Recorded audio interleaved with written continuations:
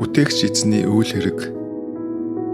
Зүрх сэтгэл минь чи мөнхийн эзнийг магтсугай. Мөнхийн эзэн ертөнцийн эзэн минь та юутай агуу билээ. Та алдар хүнд сүр жавхлангаар дүүрэн ажээ. Өөрийгөө та гэрэл гэгээгээр нүмерэг мэд хучаад хөх тэнгэрийн удмыг майхан мэд тэлжээ. Тэнгэрийн үйлсийн цаанд өөрийнхөө оршин буй газрыг та байрлуулад хурын үүлийг умын тэрэг болгоод үлээх салхийг далавч жигүүр болгоод хөлөглөн аялах ажээ. Тэнгэрийн салхи огторгуун цахилгаан хүртэл таны тушаалыг гүйцэтгэж үйлчлэн зүтгэх ажээ. Хөрс дэлхийг та байранд нь тогтоогоод хөдөлшгүй бат суйрлуулжээ. Хорвоо дэлхийг та гүн их усаар нүмерэг мэд бүтээхэд далаа тэнгисийн ус уул нуруудыг даван хальж байлаа. Ингээд таныг тушаалаа буулгангууд тэд хуйлран зогтцгаав. Тэнгэр огторгуйг нижигнүүлэн дуурахад тань уул нуруудаас яаран зайлцгаав. Тийнхүү гүн усанд ороос уул нурууд тойлон гараад хөндөй тал бий болсон. Ингээд тэд дааж өгсөн газарт тань байр байраа эзэлсэн. Улмаар та далайн их усанд давшгүй хил хязгаар болон зааг тогтоож өгөөд дахин газар дэлхийгээс хальж гарахгүй болгосон. Хөндөй талаас та улгийн ус ундран уул нуруудын хоорондоор урсган явуулдаг байлаа. Хэр талын зэрлэг амьтад бүгдэндээс усалж ундаалan зэрлэг илжих хүртэл цангаагаа талхажээ. Урсгал булгийн хажуугаар ургаа модод өсч жигүүртэн шууд тэнд үүрээ зассан төхнөж мөчир дээр нь суугаад жиргэн дулцгаа хажээ. Өөрийнхөө оршин буй тэртээ өндрөөс та уул нуруудыг хүртэл услан тордох ажээ. Хийсэн бүхний тань үр дүнд газар дэлхий хүртэл сэтгэл хангалуун харагдана. Мал сүрхийг идээштүүлэхийн тулд та өвс ногоо ургуулж байна. Хүний гараар хөрсөнд сулгасан тариа ногоог бас ургуулдаг учраас хөрс шорооноос хүн төрлөختөн хоол тэжээлээ авч байна. Хүн төрлөختөн сэтгэлээ сэргээх дарс, нүрээ тордох тос, хүчээ сэлбэх талах энэ бүхнийг бүгдийг нь хөрс шорооноос гаргаж байна. Мөнхийн эзний модод буюу түүний суулган ургуулсан Явааны хуш модод арвин усаар ундаалж байна. Тэрхүү моддын дунд жигүүртэн шууд үүрээ засч, өрөв тас шуу, жодоо модонд орон гэрээ барьж босгожээ. Өндөр ууланд янгир ямаанууд дүүлэлдэн хад чулууны завсраар орох хоргодон нуугдана. Сар улирлыг тэмдэглэхийн тулд та сарыг бий болгожээ. Жаргах цаг нь болоход нар өөрөө мэдэх аж,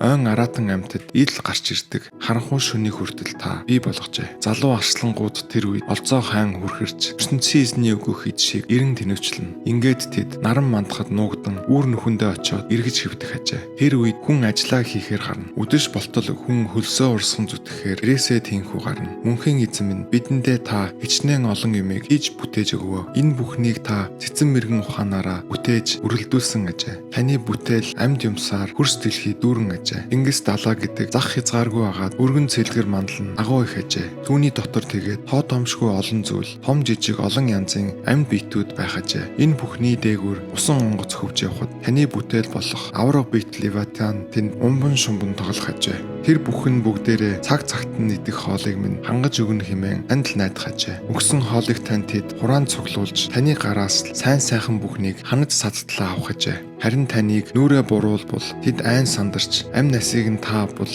эцэс төгсгөл нь ирээд эргээд шороо болох ажээ. Таны сүнсний хүчээр л тэд үүсэн бий болдог. Тийхүү та хорвоо дэлхийн амьдралыг сэлбэн шинчлэх ажээ. Мөнхийн эзний яруу алдар үрд мандах болтугай. Мөнхийн эзэн хийсэн бүхнээ хараад таалан баясах болтугай. Мөнхийн эзэн хөрс дэлхий рүү харвал тэнд газар хөдөлдөг. Мөнхийн эзэн уул нуруудад хүрвэл тэндээс утаа савсдаг. Амьд байсан цагтаа би мөнхийн эзэндээ дуугаа өргөнө. Насан туршдаа би ертөнцийн эзнийг магтан дуулна. Мөнхийн эзний хүчээр л би баяр хөөртэй байдаг учраас бодол санаа минь түүнд үргэлж таалагдах болтугай. Гэмт хүмүүс энэ дэлхийгээс арчигдан зайлах болтугай. Хор муу этгээдүүд бүр мөсөн алга болох болтугай. Зүрх сэтгэл минь чи мөнхийн эзнийг магтсугай. Мөнхийн эзнийг магтсугай.